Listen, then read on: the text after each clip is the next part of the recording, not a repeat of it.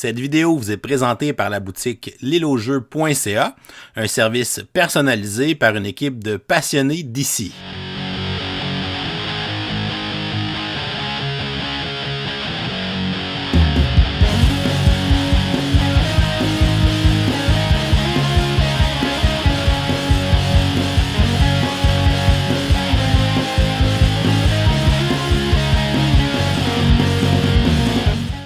Salut les gamers, bienvenue à Professeur Board Game, j'appelle David. Aujourd'hui à Board Game 101, je vous présente le prototype du jeu Fit to Print. C'est un jeu qui sera édité en 2023 par Flat Out Game. On voudrait d'ailleurs les remercier de sponsoriser cette vidéo des règles.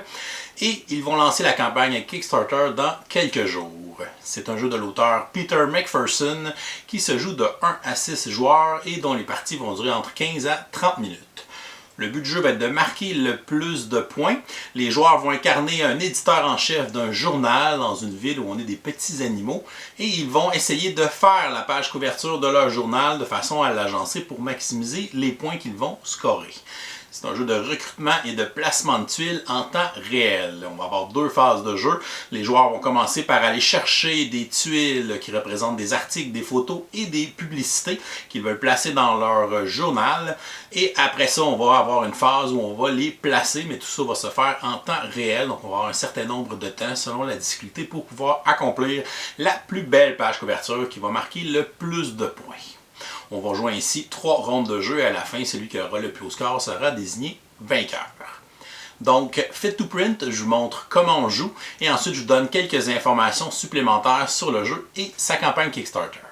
Tout d'abord, je tiens à spécifier que j'ai un prototype du jeu entre les mains, donc la qualité des composantes ainsi que les visuels ne sont pas nécessairement ce que vous allez retrouver dans la version sur Kickstarter.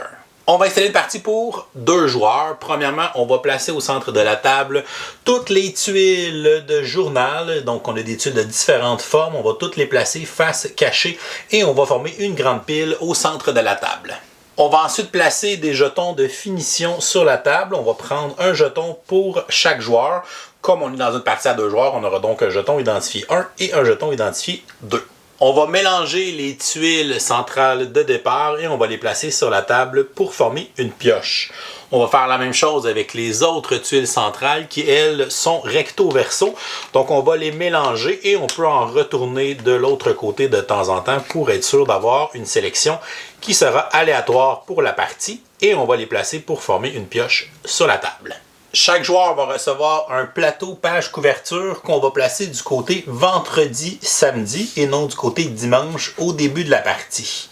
Les joueurs vont aussi recevoir un bureau en 3D ainsi qu'une carte aide de jeu. Si on veut jouer avec la variante des pouvoirs de joueurs, on va retourner de l'autre côté notre carte aide de jeu et on aura un pouvoir qui sera attribué à notre joueur pour toute la partie, mais on vous suggère de ne pas les utiliser pour votre première partie d'apprentissage. Et on aura besoin d'utiliser un téléphone cellulaire pour avoir une minuterie et on va la placer à 4 minutes pour une partie standard. Une partie de Fit to Print se joue en 3 manches. Chacune des manches représente une journée dans l'édition de notre journal. On jouera donc le vendredi, le samedi ainsi que le dimanche. Dans chacune des rondes, on va faire 2 phases et il n'y a pas de tour de jeu, donc tous les joueurs vont jouer en simultané. Au début d'une manche, les joueurs vont se choisir une tuile centrale qu'ils vont pouvoir placer sur l'étoile qui se trouve sur leur plateau page couverture. On va ensuite démarrer la minuterie et les joueurs auront 4 minutes pour compléter les 2 phases de jeu. Mais on n'a pas besoin d'attendre qu'un joueur ait fini une phase de jeu avant de commencer la suivante.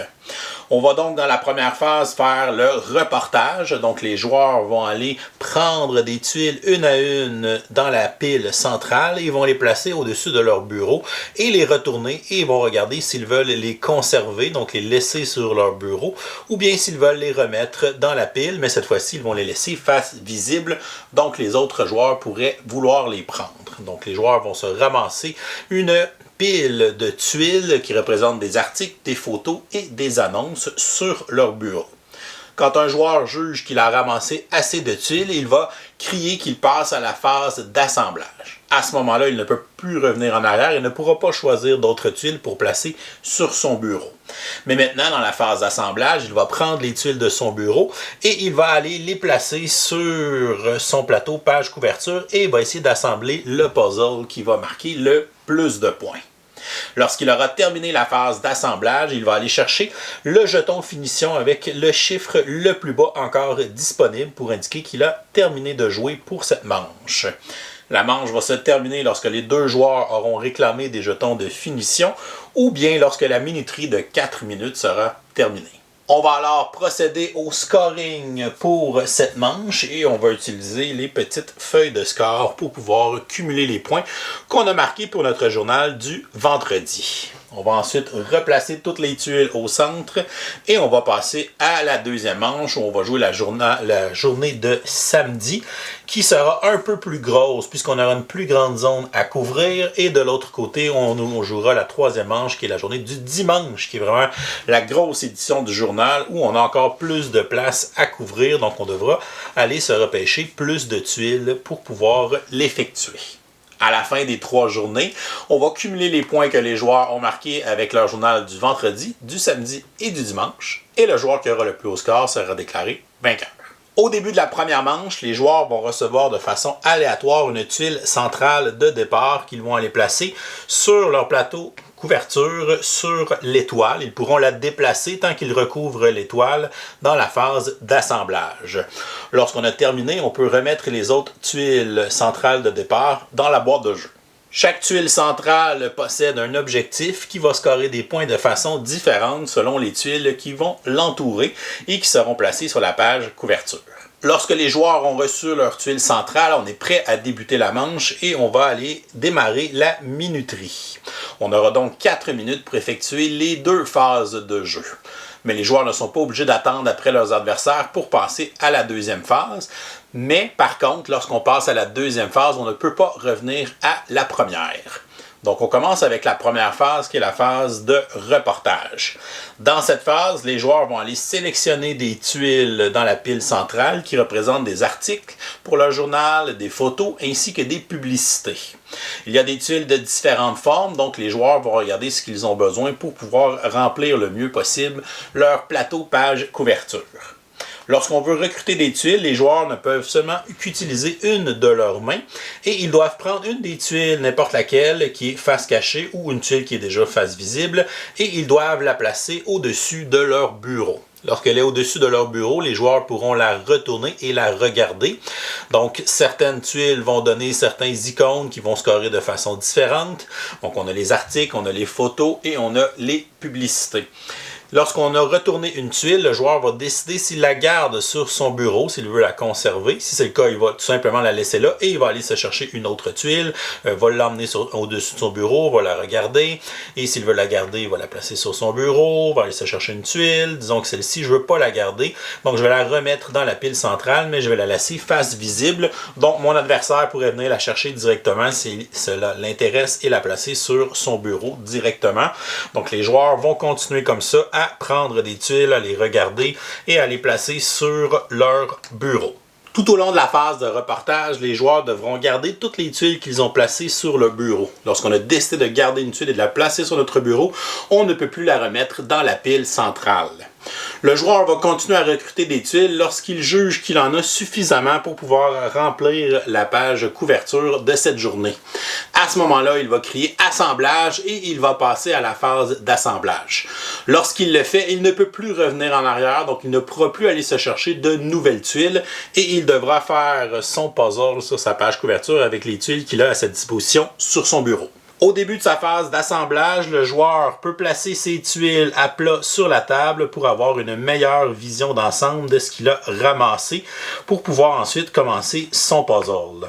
Il y a 3 types de tuiles qu'on retrouve dans le jeu. On a premièrement les tuiles d'articles, donc les articles avec du texte et une couleur dans le titre. On a aussi des symboles qui sont indiqués, soit des bonhommes sourires ou des bonhommes tristes qui représentent des bonnes ou des des mauvaises nouvelles dans nos articles qui auront une influence sur notre scoring. On retrouve aussi des tuiles qui sont des photos qui vont avoir un objectif de scoring sur celle-ci selon ce qui va les entourer sur notre page couverture. Et troisièmement, on a des tuiles qui représentent des publicités qui vont nous donner des symboles de dollars qui sont très importants à ramasser puisque dans une partie à plus de 2 joueurs, celui qui a le moins de symboles de dollars à la fin de la partie sera éliminé, ne pourra pas compter ses points. Alors qu'à 2 joueurs, si jamais les joueurs n'ont pas assez de symboles de dollars, ils vont avoir une pénalité de points tout simplement à la fin de la partie. Une fois la phase d'assemblage commencée, le joueur peut placer des tuiles sur son plateau et les déplacer et les changer de place comme il le veut jusqu'à temps qu'il ait terminé cette phase de jeu. On doit évidemment respecter les règles de placement pour pouvoir placer nos tuiles dans notre page couverture pour qu'elles puissent scorer. Si jamais on fait des erreurs, les tuiles seront retournées face cachée dans la phase de vérification et on ne pourra pas marquer des points à l'aide de celle-ci. Premièrement, le joueur doit respecter le cadrage qui correspond à la journée. Comme on est dans la première manche, c'est le journal de vendredi. Donc le journal de vendredi, on a seulement accès à la zone qui est blanche de ce côté de notre plateau, page couverture. Donc on ne peut pas placer des tuiles pour aller dans la section du samedi. Et on ne peut pas évidemment dépasser aussi le quadrillage. Pour notre tuile centrale, on peut la déplacer. La seule condition, c'est qu'on doit recouvrir obligatoirement la case avec l'étoile. Donc, je pourrais la placer comme ceci, je pourrais la placer comme cela. Donc, tant qu'on respecte cette condition. Lorsqu'on place des articles de journaux sur notre page couverture, on ne peut pas placer 2 articles de la même couleur de façon adjacente. Donc ici, ce sont 2 articles roses, 2 articles de la même catégorie. Donc je n'ai pas le droit de les placer un à côté des autres, mais je pourrais placer un article de l'autre couleur juste à côté. Lorsque je place des photos, on ne peut pas placer des photos de façon adjacente les unes avec les autres. Donc, je n'ai pas le droit de placer mes 2 photos de cette façon. Donc, je pourrais placer ma deuxième photo en haut, par exemple. Comme ça, elle ne se touche pas. Et même chose avec mes articles publicitaires. Donc, je ne peux pas placer 2 publicités qui vont se toucher orthogonalement les unes avec les autres. Donc, je devrais en placer seulement une ou trouver un autre endroit pour placer ma deuxième. Mais c'est peut-être mieux de placer des articles qui vont peut-être me donner un peu plus de points. Comme on fait un journal, on ne peut pas tourner les tuiles dans tous les sens, donc je ne pourrais pas placer cette tuile à cet endroit-là, même si elle fitterait très bien. Donc on voit que le texte n'est pas dans le bon sens, donc je n'ai pas le droit de placer des tuiles qui ne sont pas dans le sens du texte ou de l'image. Et le joueur pourrait déplacer ses tuiles et essayer de trouver une façon un peu plus optimale de les placer pour en mettre le plus possible, donc d'avoir le plus de vide possible sur son plateau. Donc ici j'ai ma photo, je pourrais les placer comme ça. J'ai pas de place pour mettre d'autres choses, malheureusement. Donc, je pourrais essayer de les déplacer, mais disons que je suis satisfait comme ceci. Lorsque le joueur est satisfait de son puzzle, il va crier « Impression », ce qui veut dire qu'il a terminé de placer ses tuiles sur sa page couverture. À ce moment-là, le joueur va aller chercher le jeton qui représente le chiffre le plus bas dans les jetons de finition encore disponibles et il va pouvoir le placer devant lui. À partir de ce moment, le joueur n'a pas le droit de redéplacer les tuiles sur son plateau page couverture. Il devra les garder de cette configuration jusqu'à temps qu'on arrive à la vérification et au scoring de la manche. Il peut reprendre les tuiles qu'il n'a pas utilisées et va aller les remettre sur son bureau. Et les joueurs vont continuer à placer des tuiles, à faire la phase d'assemblage. Et on va continuer ainsi jusqu'à temps que tous les joueurs aient ramassé un jeton finition pour dire qu'ils ont placé de finir leurs tuiles. Ou bien lorsque la minuterie sera arrivée, à 4 minutes. À ce moment-là, ça va mettre fin aussi à la manche. Donc, les joueurs qui n'ont pas terminé de placer des tuiles devront arrêter immédiatement au son de la minuterie et ils devront crier impression et ensuite aller prendre les jetons de finition restants selon l'ordre dans lequel ils auront dit impression et ils vont les placer devant eux. S'ils ont des trous ou des tuiles qui ne sont pas placées, ils ne peuvent plus le faire lorsque la minuterie a sonné.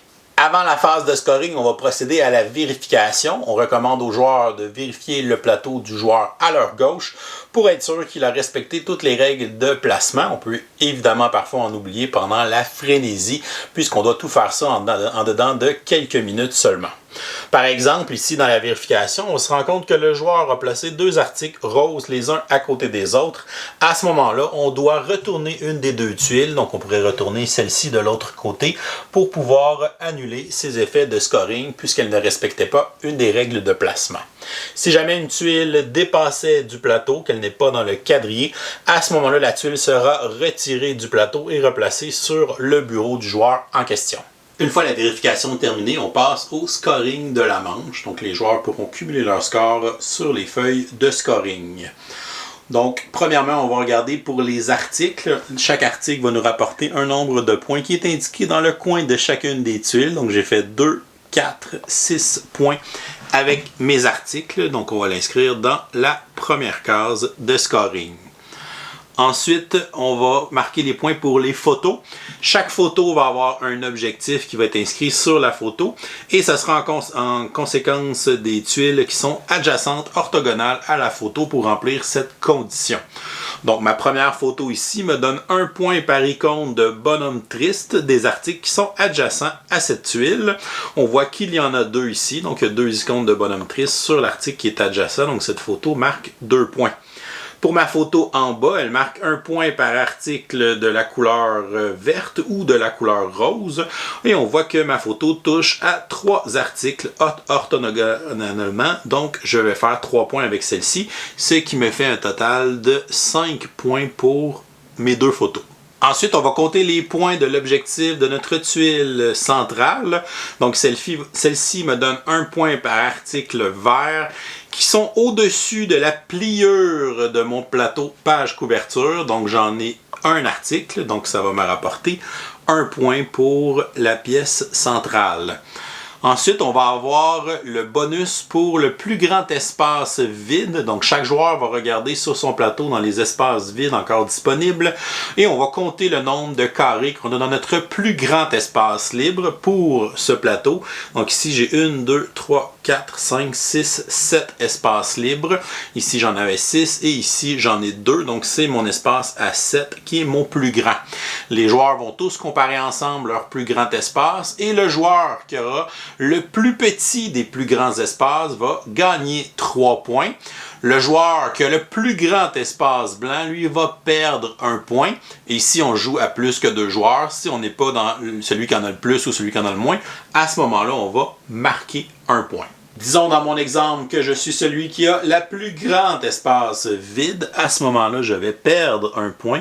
Donc, je vais être à -1 pour les espaces vides.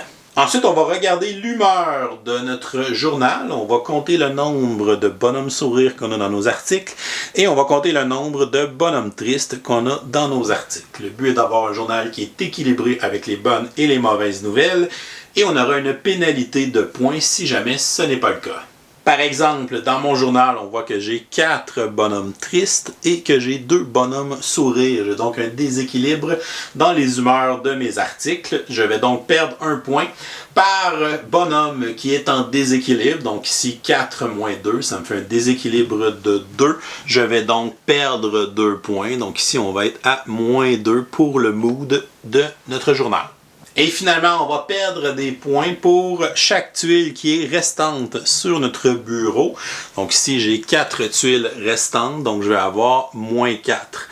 Par exemple, ces tuiles, on les conserve sur notre bureau, c'est-à-dire qu'on va déjà les avoir lorsqu'on va commencer la deuxième manche, donc on va pouvoir les utiliser. On ne les remettra pas dans la pile centrale.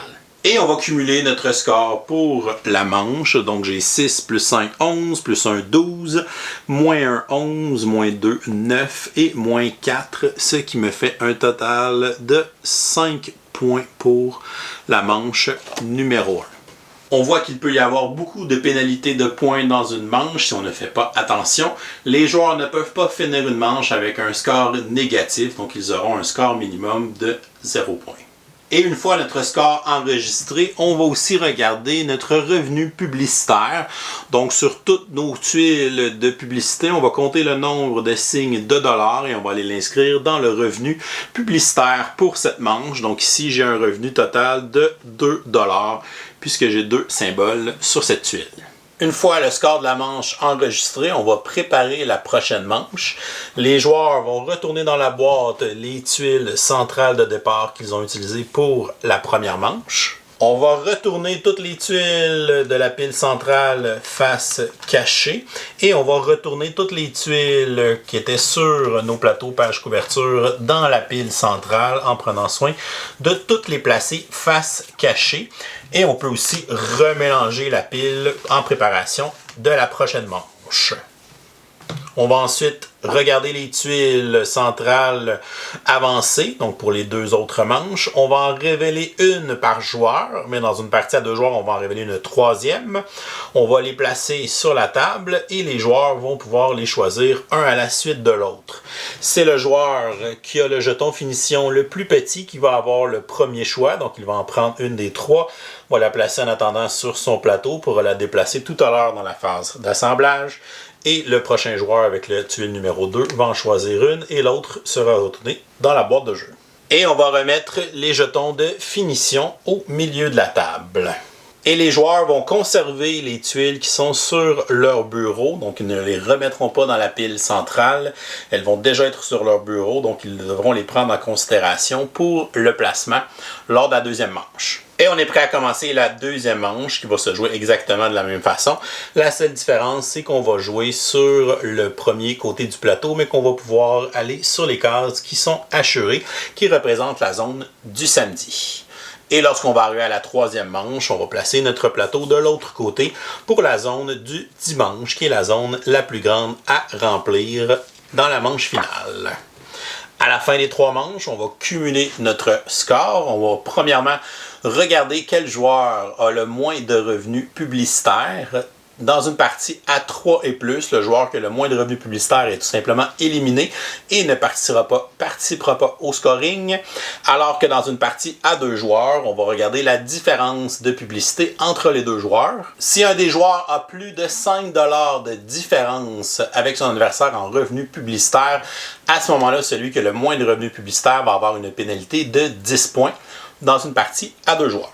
On va donc additionner nos scores des 3 manches et les pénalités s'il y en a pour les revenus publicitaires. Et le joueur qui aura le plus de points sera déclaré vainqueur. Si jamais on a une égalité, c'est le joueur avec le plus grand revenu publicitaire qui va départager l'égalité. Sinon, c'est le joueur qui a pris le plus petit jeton de finition dans la troisième manche qui va départager l'égalité. Et voilà, c'est comme ça qu'on joue à Fit to Print. Je vous reviens avec des informations supplémentaires sur le jeu, ainsi que la campagne Kickstarter. Et voilà, c'était les règles de Fit to Print qui sera bientôt sur Kickstarter dans quelques jours. C'est un jeu qui, comme ses prédécesseurs, comme Cascadia, comme Calico, a plusieurs modes de jeu qu'on peut expérimenter.